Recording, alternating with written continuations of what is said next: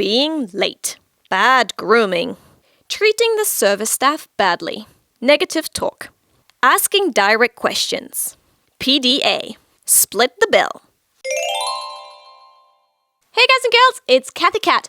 We have interviewed hundreds of girls on the streets of Tokyo, and we have compiled a list of items that will make you very much unpopular if you go on a date with a Japanese girl. So here are 7 things you definitely need to avoid.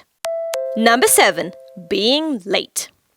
Let's start with the beginning of the date. You've set up the date and you're meeting at a certain time, somewhere in town. Boys, girls, do not be late. Being late, being tardy is seen very negatively. We had loads of Japanese girls and also guys complain about that. Japanese people are very strict with time. If work starts at a certain time, they're usually there a little bit earlier than that. Also, for actually meeting people, they tend to be a little bit earlier. Or if they're actually on time, they will apologize before and say, I'm sorry, I'm going to be there giddy, like just on time, or maybe like a minute after that. Germans also are very similar. We try to be early there as well, which is okay. But I know that in some cultures, being, 10 to 15 minutes late is totally okay, or even half an hour. So if you come from a culture like that, please, when you go on a date with a Japanese girl, you need to be on time. It looks so bad if you actually are late. And we had a couple of girls saying if someone is late, much too late, that's already a total no-go and the date might as well not be happening. Very strict. So be sure you are on time. If you, for whatever reason, for example, the train being late or some other reason, are late, make sure that you make it up to the person by maybe paying them a meal or getting them an item to apologize for being late. Seriously, being tardy is not accepted in Japan. Number 6. Bad grooming. Seiketsukan is a word that many Japanese girls use when they talk about boys. It's about good grooming, about a cleanly attitude, behavior, and looks. Looking clean, looking freshly washed, and looking like you're wearing new clothes. So these are like basics, but what does it mean? It means you have to definitely have had a shower before you go on that date. Be sure to apply some deodorant that works with you, because Japanese deodorant doesn't work for many guys from other countries, so be sure to have a deodorant that works so you don't smell. Number 3 is don't smell too strong. That's a thing again that many girls don't like. If you smell too strong of a cologne, no one else smells around you. You don't want to be the only one who stands out just by their smell. Also, other smells is like smelling out of your mouth, brush your teeth. Other thing that you also need to be careful with the whole grooming thing is the beard. Many Japanese girls said a beard is a no-go. Sometimes they let certain types of foreigners get away. The kind of Hollywood movie star with the kind of like a little bit of a stubble. But I wouldn't count on that, so make sure you're cleanly shaven. I know that the big hipster beard might be a thing in your country. It's not in Japan. I have seen not a single Japanese man doing that. Generally, Japanese men have for work and also for school to always shave very, very well. And you don't want to be the one who doesn't do that, and it kind of freaks people out. I love it. So be sure to have a cleanly shaven beard. I know you might love your beard. I'm sorry. That's just the fact that we're compiled here.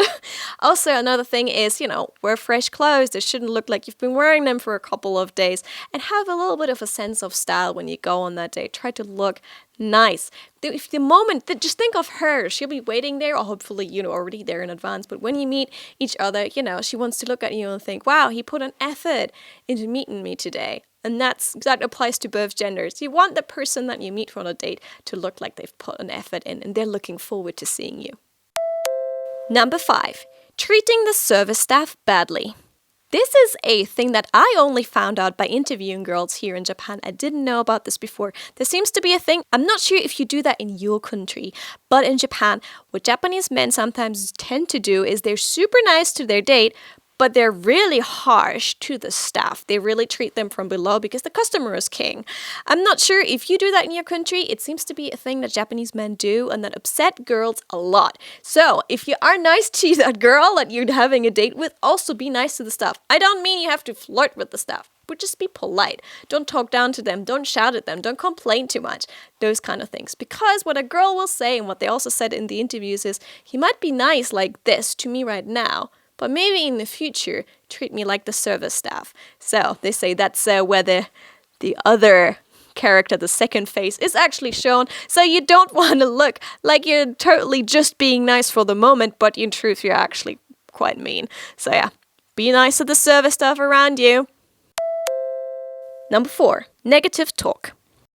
You're there on a date to have a good time. Now, if you spend that time to complain about things, for example, Japanese culture, other people you've known, something that happened to you before, it's gonna spoil the whole appetite of the good date. So what you ideally want to do is talk about nice topics. What are you excited about? Ask good questions, because if you just find yourself complaining about things, it doesn't really lift the mood of the whole thing, right?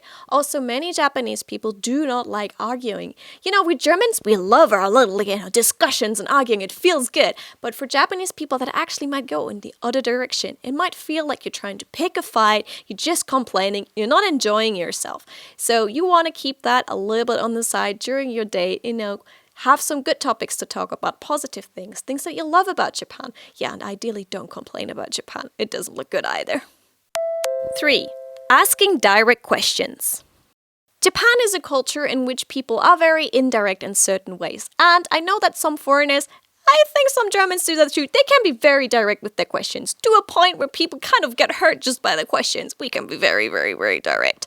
And that's what you don't want to do. In Japan, generally, you wrap things up nicely. Also, certain questions you shouldn't just generally ask on your first date, like very intimate, private questions, like how many sexual partners have you had?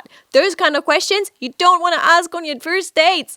Keep that away. Ask nice things, but also don't ask too many things. Don't be too intrusive. You don't want to sound like you're a person who's trying to get loads and loads of private data out of them. Just nice things. Make the whole thing fun, have a good time, and show interest in the person without trying to pry on the person. I hope you know what I mean. Number 2, PDA. Now, this date might be going fairly well, and you think you want to add a little bit of spice to your date by doing some PDA. You don't do that. PDA in Japan is highly frowned upon. I barely see Japanese people hold hands. That's maybe a max, maybe in Disneyland. You sometimes see Japanese people hold hands. Very, very rare. You don't see Japanese people make out.